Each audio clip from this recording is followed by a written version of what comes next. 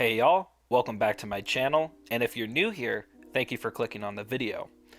In this video, I'm going to be giving my honest early impressions of the game. I will be cutting it a lot of slack due to it still being in beta and having no official release date as of the recording of this video. I also want to clear up that this is a Warframe dedicated channel and always will be. This video is just serving as a test to see how my audience feels on me branching out, making the occasional variety video. And to be clear, you may not agree with my points or opinions in this video, and that's totally fine. Feel free to type your thoughts below in the comments should you feel the urge to discuss something you disagree with or you think I forgot to mention. Let's start this thing. I want to state that I have a deep understanding of the looter shooter based video games. I've been playing just about all the major titles over the last 10 years. Warframe, Destiny 1 and 2, Division 1 and 2, and even though it's not a shooter, Diablo 4. Ugh. The problem with the looter shooter market is how competitive it is, with almost every new title sinking almost immediately after launch or losing touch with the audience shortly after its release.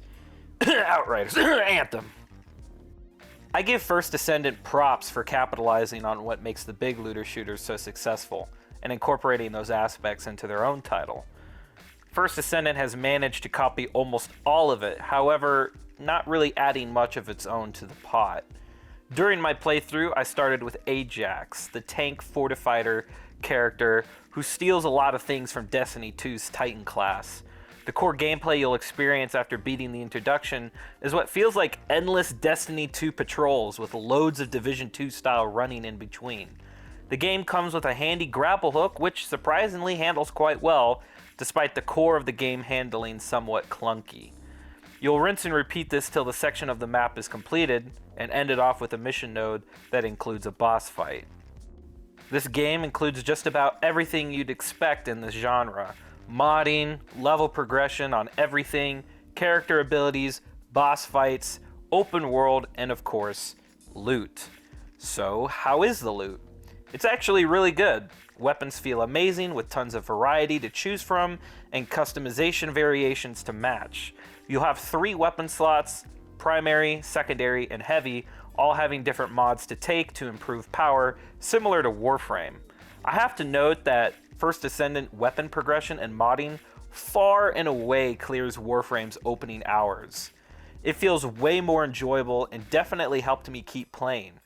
However, on the other side, the rest of the game felt slightly undertuned to match your power. I experienced a slight amount of boredom early on due to how easy the game felt, with how powerful the game was making me so quickly. However, during my second day of play, the feeling quickly disappeared. It got way more difficult.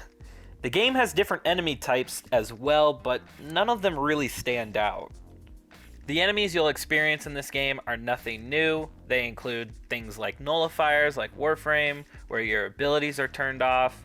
If you run into a boss, they're likely a bullet sponge, damage mitigation components, shields, element status type damage from certain enemies, etc.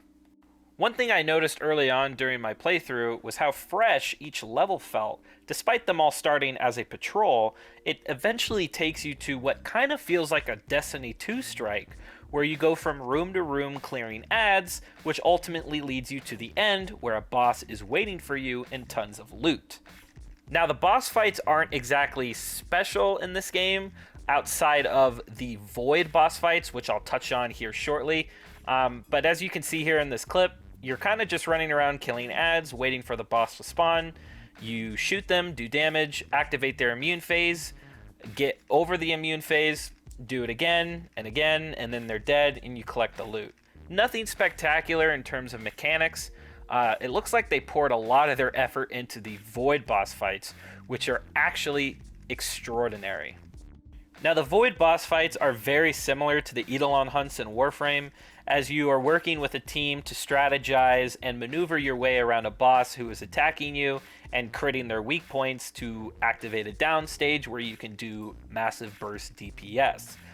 However, even though it's extremely similar, I found that this was the most enjoyable thing throughout the entire game, as it not only brings lots of challenge, but also encourages a lot of strategy, as you're constantly running around this arena, ducking for cover, and witnessing a boss with what seems to be endless types of attacks.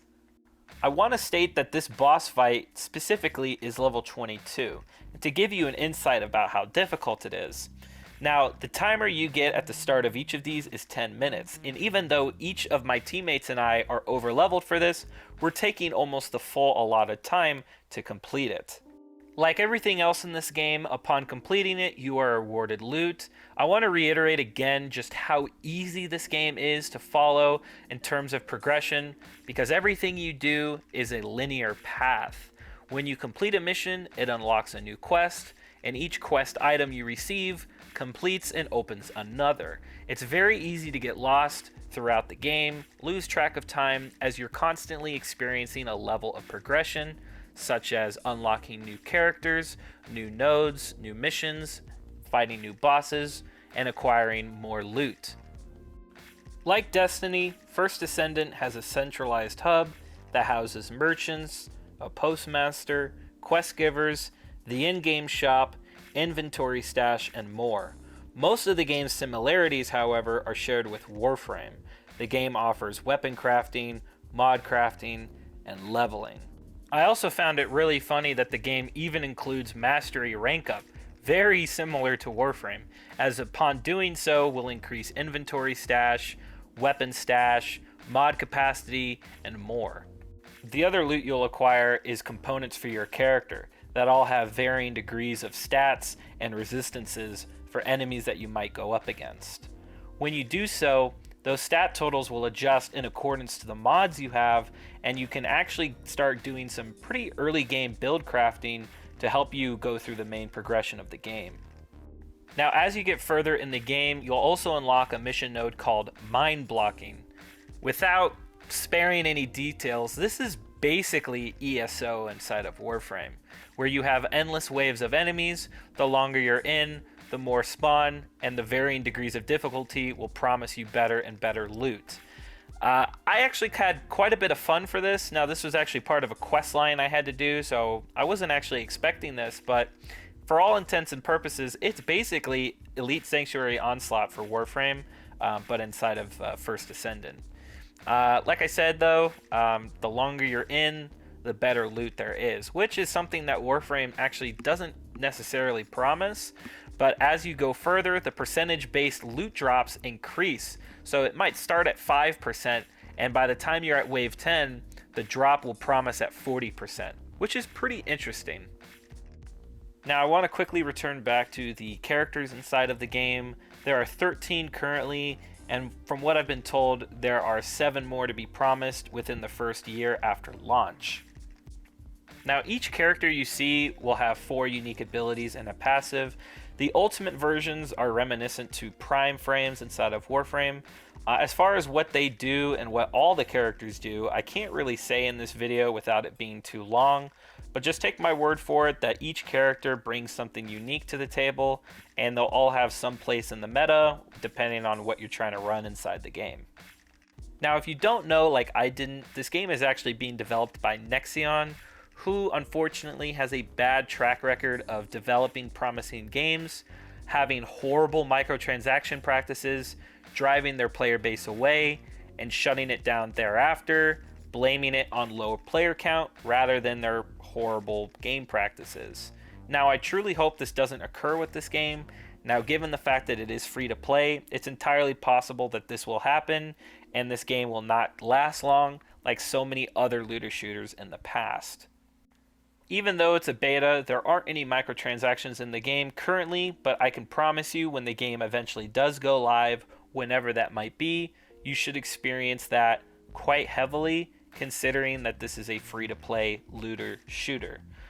Due to the fact that it's free-to-play, they have to market and make money off of it somehow, so be aware that the practices that you'll see in the future may not be something you enjoy and turn you away. Another thing that this game has going for it is customization. Similar to Warframe, where you can acquire different looks for your character, apply shaders to them, basically like augment helmets and sort of like Tenogen style gear, all of which look pretty good. I don't have everything unlocked, obviously, but assume that when the game does eventually go live, there will be paid components to where the game will start offering much more customization features than currently available in the beta.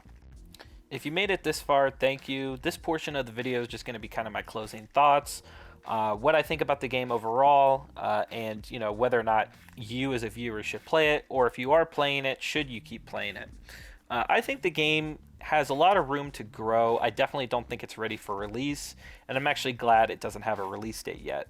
I think it still needs a lot of time to bake. There are a lot of things that are still kind of clunky, buggy, not that fun, honestly. There's a lot of portions of the game that are not that great, but there are also a lot of portions of the game that are done quite well. So I think it's got wings. I think it can definitely succeed with some more nurturing.